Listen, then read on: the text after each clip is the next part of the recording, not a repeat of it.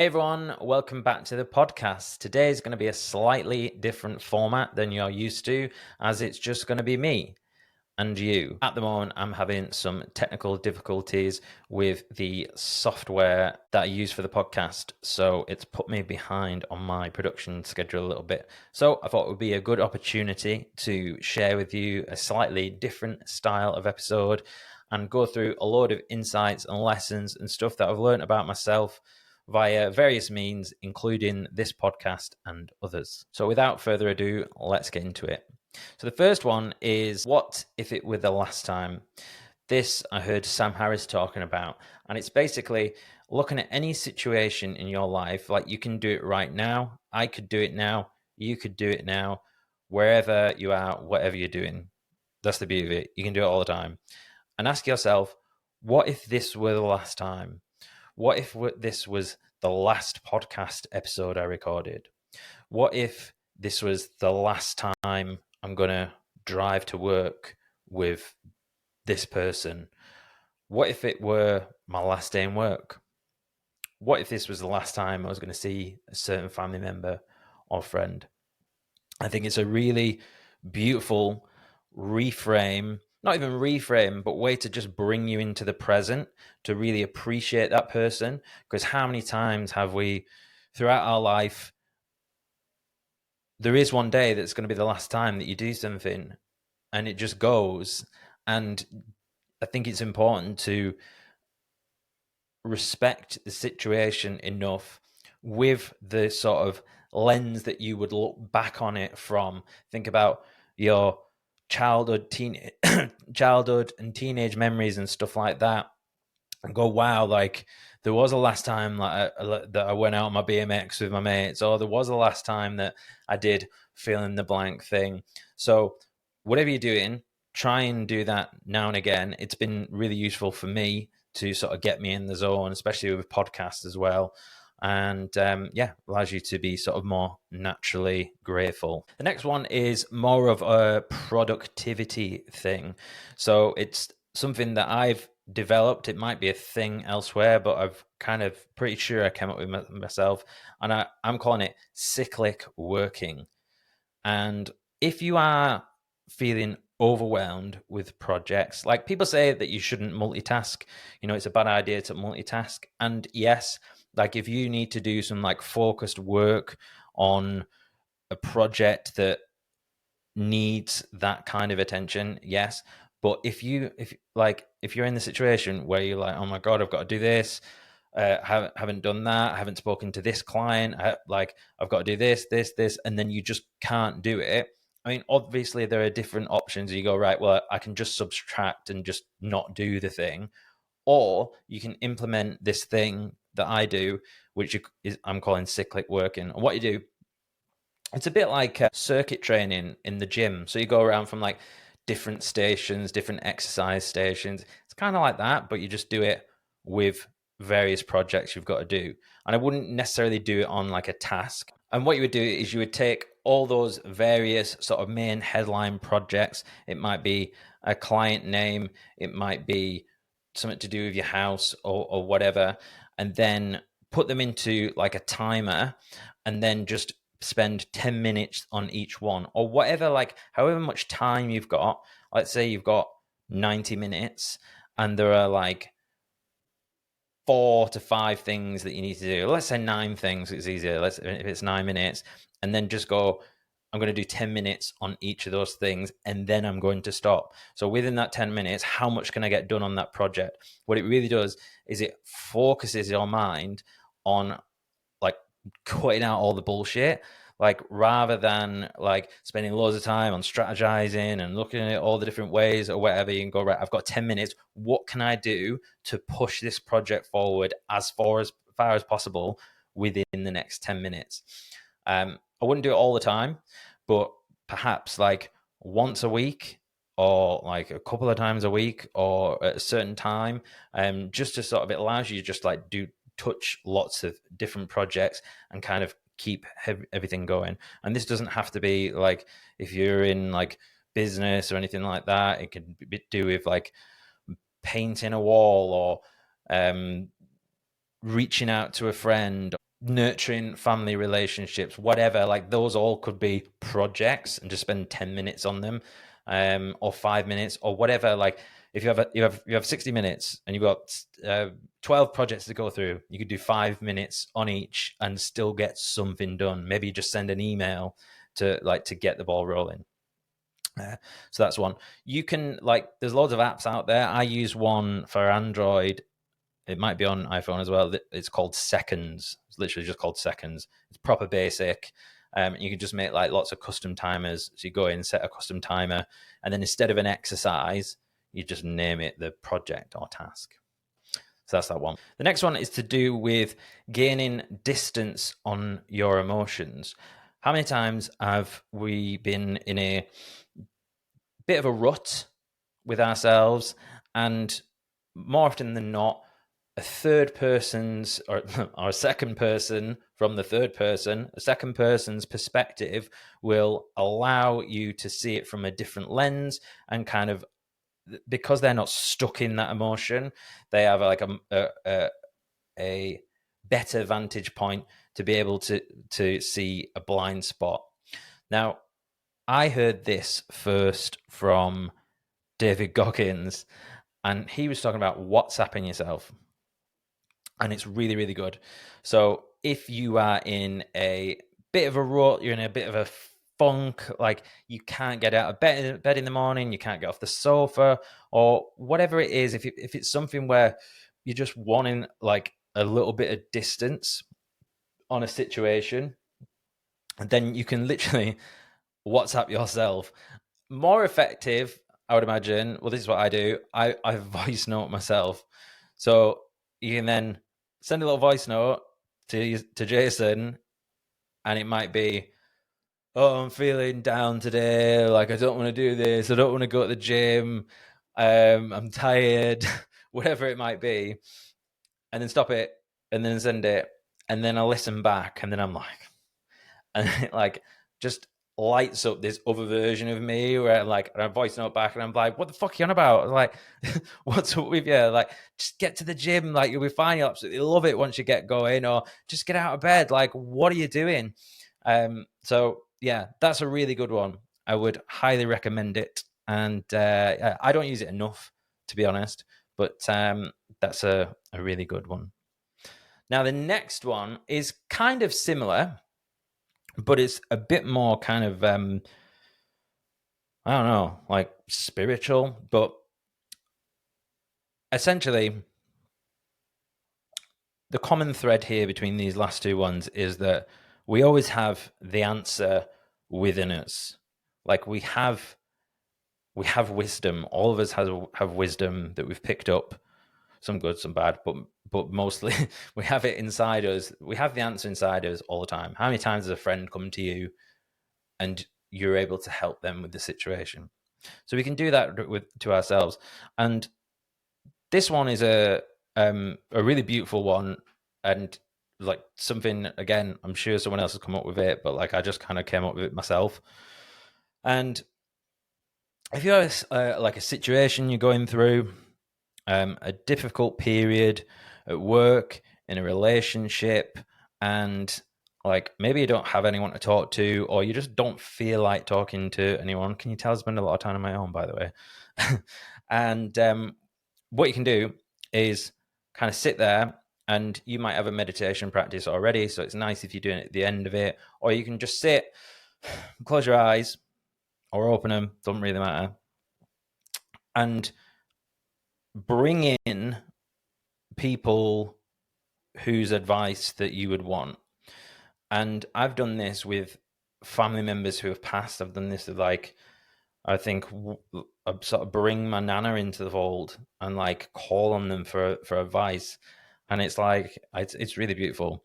And just be like, okay, I've got this issue, nana, and then the response comes back, because who knows, maybe there's something more otherworldly going on, but we knew those people so well and the sort of advice they would give us, which live within inside us anyways, so we can call upon that. And it's kind of like a nice way to do it. And you can just sort of hear like the advice coming back, and like it might be like, oh yeah, don't worry about it, this and that. Like, so again, allows you that little bit of distance. That's a good one. The next one comes from my second conversation with Joey Weber, and he is the equanimity guy. If you haven't heard of that before, go and listen to one of the episodes now. And the one that hit me the most was when we were talking about loneliness. I opened up to Joey about a certain point in time during the week, usually a Saturday afternoon after the week's been and everything has kind of gone, and I would feel a bit lonely. And he was saying, sounds like your body needs rest. It's not loneliness. You're not objectively lonely. Like, what does that even mean?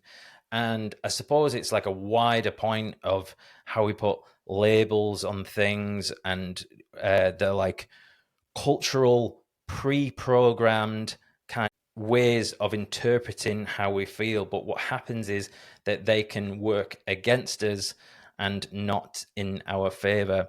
So in that situation, he was like, it just sounds like you're tired. It's not loneliness. Take the thing away from it, the name. Like, just be present with your body, the emotions. How am I feeling? Like, maybe I'm tired. And just kind of let go. And that's been a really helpful one for me. This next one came to me when I was talking to Jessica De Silva, who is the attachment expert. When I first started the podcast, one of the things that I really wanted to do was talk to someone about attachment theory. And I always had this thought of, is it possible, if you have an anxious attachment or an avoidant attachment, to become secure? Or is it just set for life? Like, is it really possible? And essentially, yes, it is possible. We can all work towards a secure center, whichever end of the spectrum that we're on. And I was kind of trying to like dig in, like, you know, how do we do it if it's pre-programmed? And basically, I said it's like learning 1,000 different jujitsu moves. Like, we're going to be presented with all of these different situations in our life. It may be a girl's not responded to you, or a girl's not responded to you on WhatsApp, or left you on red, or I feel like quite often, most of the times, it's over text, because that's how we operate in the world a lot these days. Most of it is through text and stuff.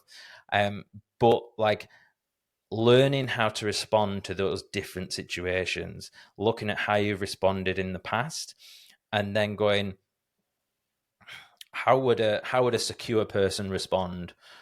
Like, would a secure person go, oh, she doesn't like me, she's speaking to someone else, or whatever? Or would a secure person say, maybe she's busy, maybe she's making a tea? So we can learn this thing, and it's about like over and over again, like prompting yourself. Like, if you're someone who suffers with attachment issues, I feel like most of us kind of do in one way or the other, like constantly like prompting, how would a secure person respond? How would secure me respond to this situation? Allow a little bit of space, like get yourself out of the emotion and take like a wider view, 1,000-foot view.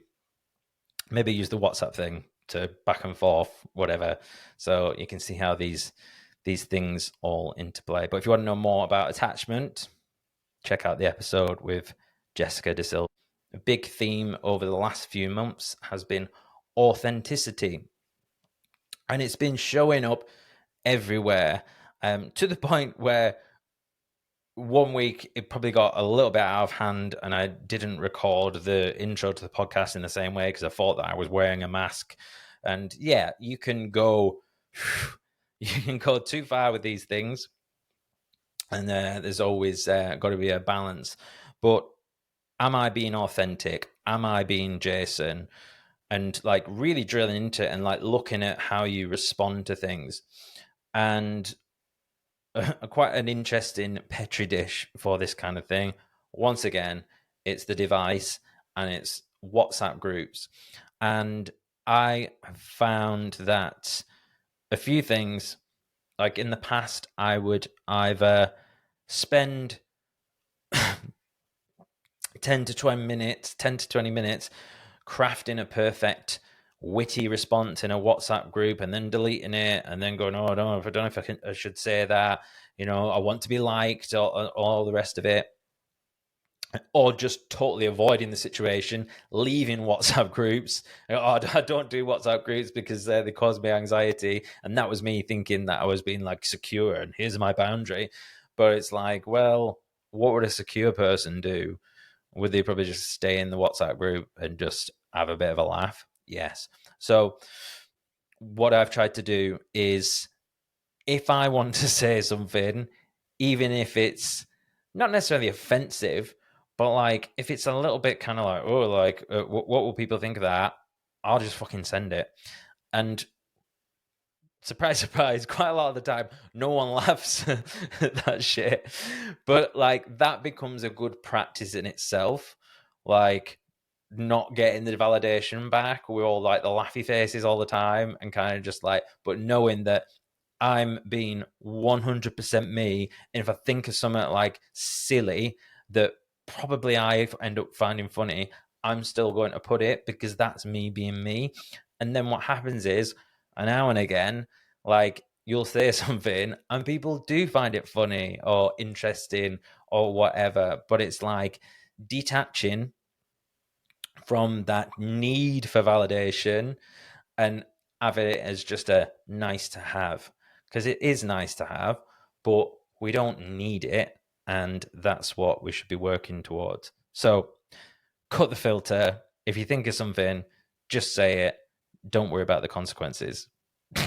But don't get yourself cancelled or thrown out of a social group. So the next one is around boundary setting and communicating our needs. And basically, it doesn't need to be difficult.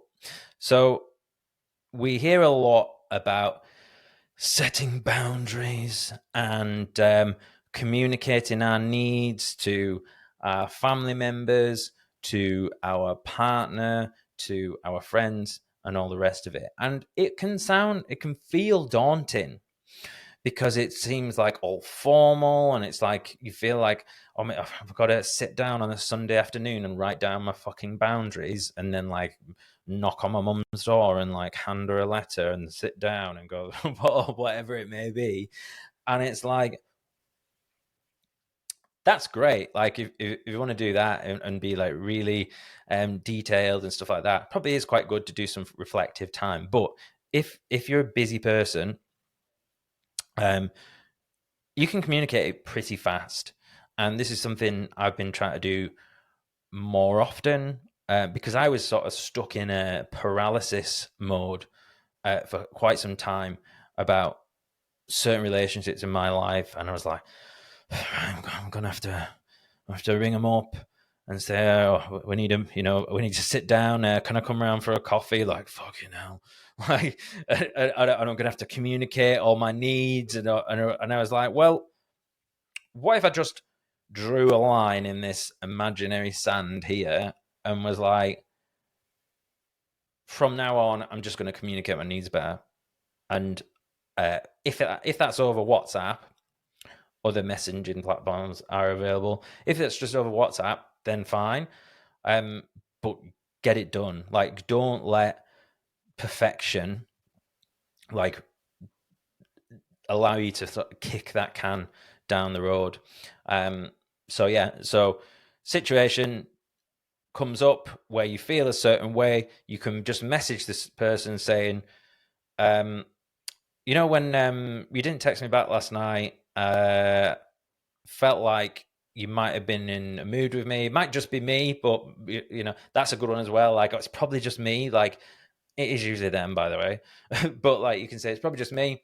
But it made me feel this way, and I just wanted to check like everything's okay. And then more often than not, like they come back, oh no, don't be daft or whatever. But like you've communicated your needs. Like I felt this way when you did X, and yeah. So that's a good one. The next one is like kind of related, and it's that most of the time, difficult conversations aren't even difficult. So there may be a situation where just sending a WhatsApp out is not sufficient, and you actually like need to pick up the phone or pop round for a conversation with this person. And basically, how many times do we like build it up in our head where it's like it's going to be this big deal? More often than not, it's like so straightforward and actually ends up being like a beautiful opportunity to connect with this person. I don't ever remember having to have one of those difficult conversations and it not ending in like a plus with that person. Like it always seems to like I think it shows a lot of respect that you want to sit down with that person or talk to them and be open. So yeah, most of the time it's not difficult. So get the conversation. This next one came from my conversation with Persia Lawson, and we were talking about dating and how I was showing up and how I was not enjoying it. And basically, what she said to me is like what my end goal was, what I pictured, and I had this thing of like I'm in my garden at the barbecue and there's kids running around and stuff like that. That's kind of like my dream goal. And she was like, how would that guy show up like in his dating life? And it was just like a real, and you can use it for like so many different things. Like maybe if it's like a place you want to get to in the future in your career or whatever, like, and like how would that person be feeling now? Like how can you show up like that? But specifically, I think it works best in dating. I've always done the best on dating apps when I've gone into it already feeling like the person like that I want to be. And I guess it goes back to this authenticity thing, but also it's like there's like a kind of sort of addictive element that goes in here. So like I'm feeling shit, so I need to do X thing. And I've done that before. Like I'm feeling shit and down, so I'm going to sign up for Tinder and I'm going to start talking to lasses. Don't get me wrong, like sometimes that goes okay, but more often than not, you're not on your best form. You've not got like that much to say. But if you like are already feeling confident and already feeling like you've got something to offer the world and you go onto a dating app, then you're just going to like be so much better. I know for me, like I'm just so much more confident. Everything just seems easy. And yeah, so that's something I'm trying to deploy at the moment, and seems to be working. The next one is 99% of the time, it's them. Any situation, difficult conversation that you're having with someone, an interaction, could be dating. Like most of this is kind of like coming from dating, but it's got like an attachment lens on it. But most of the time, it's them. Like rather than going, this person's been like this with me or whatever. It's this. It's a judgment. It's a value judgment on me. I'm not good enough. Blah blah blah blah. Like most of the time, unless you're a complete dick, like it's them. Like they got their shit going on. I'll give you an example. I was talking to this girl, and I knew weirdly because I'd actually found out through an attachment quiz because we both did one while we were talking, and she's like disorganized, fearful, avoidant type, which is just kind of like whoa, and she would just go like days without responding and stuff, and like my default approach would be to kind of like, oh, it's because of me, like I'm not good enough, like this is what happens when I start talking to people, I get hurt, da da da da da da. But it's like that's literally her shit. Like it's got nothing to do with me. Like all right, maybe like she didn't fancy me that much, but who cares? Like that's totally on them, because if that person was secure and didn't fancy me, they'd just be like, hey, this isn't working. So like, it doesn't matter, does it? And just remember, like, whether it's friends or like maybe your mate's been a dickhead or whatever, and like your like tendency might be to like worry about your own thing. Obviously, like, check yourself, but just remember that most of the time it's the other person if you've got your shit together. This next one is harnessing negative and positive visualization. So what you can do is, it's good for motivation. And you may have a meditation practice, but at the end of my meditation practice, I have like a few things that I run through, and I use this custom timer that I mentioned before. So what I'll do is I'll have like a few things that I'll run through that it just like reads out loud for me. So it might be, I can use it in productivity as well. It's like, what's the most important task today? All right, what are 2 less important tasks? Stuff like that. But one of the ones that I use is this negative and positive visualization. So if you've got something that you need to do, a big project that you're getting on with, like maybe you need to reflect on, like, how will I feel if I don't do that thing, and like feel that pain, and then that will get you into like the mind for like, fucking hell, I'm going to do it, and vice versa.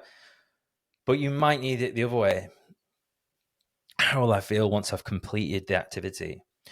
And put yourself in that frame of mind. So you'll need to work out for yourself which one it needs to be. I tend to just like switch them up. Like if one's not working, I'll go negative. If the negative is not working, I'll go positive. And that's something that's a really useful tool. And you can literally just do it for like 1 minute per thing.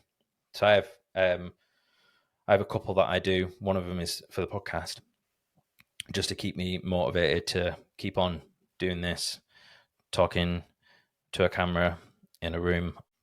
The next one is from he's a poet called David White, and I heard him on a podcast, and he basically said, how can you be the ancestor of your future happiness?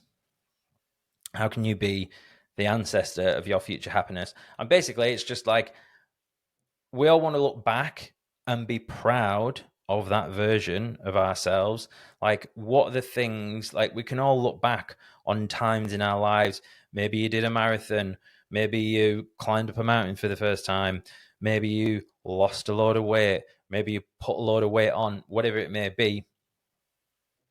Maybe you wrote a book. Maybe you handed in your dissertation, all these kind of things that we're proud of. Like, how can you be doing that now? So what would that version of you be doing now? Like, would he be watching telly on Netflix and completely wasting the weekend? Or would he or she be doing productive things, getting to the gym, working on an important project, recording a podcast, whatever it may be? So yeah, how can you be the ancestor of your future happiness? Really good one. Think about how you will look back. Will you be proud of what you were doing? Next one is a little bit of a kind of productivity one, kind of links into some of the other ones that we were talking about before. But it's just, can I do 10 minutes? Do I have 10 minutes to do a certain thing? It could be tidying the house. It could be a project that you need to do, and you just can't get started on it for some reason. You've got writer's block or any of that sort of thing. And it's just, can I do 10 minutes? Or can I do 5 minutes? Can I do 1 minute? Whatever it is. I mean, if you can do an hour, great. But more often than not, if you've got an issue with getting motivated, the idea of doing an hour on a certain task is too much. So think about what would work for you. 10 minutes tends to be about right for me. And I'll go, right, can I do 10 minutes tidying the kitchen? Yeah, I can do that. So go into my phone, 10-minute timer, and then I'll like rush to be like, right, see how much I can get done. And then I'm going to sit on my ass and I'm going to watch telly afterwards. And then, surprise, surprise, the timer goes off 10 minutes in. and I've already got moving, and I've already got that momentum, and then I end up cleaning the whole fucking house and like having a good rest of the day. So that's a really good one. And you can do it for like the gym. Like if you don't want to go to the gym, what if I just went for 10 minutes, get my stuff on, and I go lift weights for 10 minutes, or I'll go for a run for 10 minutes. And by the time you get there, then you'll probably just stay anyways. But allow yourself, if you really want, to just do the 10 minutes, and that's fine as well. And this last one is around advice and being a good listener and a good friend. So if someone comes to you with a problem, they say, I just really need to talk to you about something. I've got this issue. It might be a financial issue, or it might be an issue with a boyfriend, girlfriend, whatever it may be. We hear a lot like girls just want to be listened to, boys want solutions, or you sometimes hear it's just no one wants a solution. Hear that one a lot, but I'm not sure that's true. And just ask them what they want. Like, listen to them and say, would you like me to come up with would you like a solution, or do you just want me to listen? Like, just so I know. Like, and someone did this to me once, a friend of mine, and she was like, and she just went, do you want me to listen, or do you want a solution? And I was like, oh. And I was like, both. Both. And yeah, and it was awesome because, like, how many times as well has someone started giving you a solution, but like, fuck off, I don't want the solution. Like, I literally just wanted to whine at you. But maybe by asking that, it actually like activates a different part of the brain, and we go, yeah, I do want a solution. Who knows? But yeah, so that is a good one. So if I come to you with a problem, make sure you ask me which version I would like. All right, so that's everything. I've gone through all of the notes I had. I hope that you enjoyed that and are able to implement some of it in your own life. I'm not an expert. This is just stuff I've written down and some stuff that I've implemented. So perhaps you can take something from it. So thank you so much for watching, for listening. Thank you to all of you who tune in every week. I know who you are, most of you. And I really do appreciate it. If this is your first time listening, thank you very much. If you're not subscribed, please do subscribe. Leave me a review. That would be really nice. I haven't had a review in a while on Spotify or Apple, wherever it is you're doing your podcasts. Leave us a comment, like maybe like, or drop me a follow on Instagram. Whatever. I've given you way too many options here. The next solo episode would be how to not give someone too many things to do and paralyze them with choice. But yeah, if you could just do all that stuff, that'd be great. But yeah, leave us a comment. Let us know if you've implemented some of these, which are your favorites. And yeah, hope you enjoyed this. Thank you very much for watching.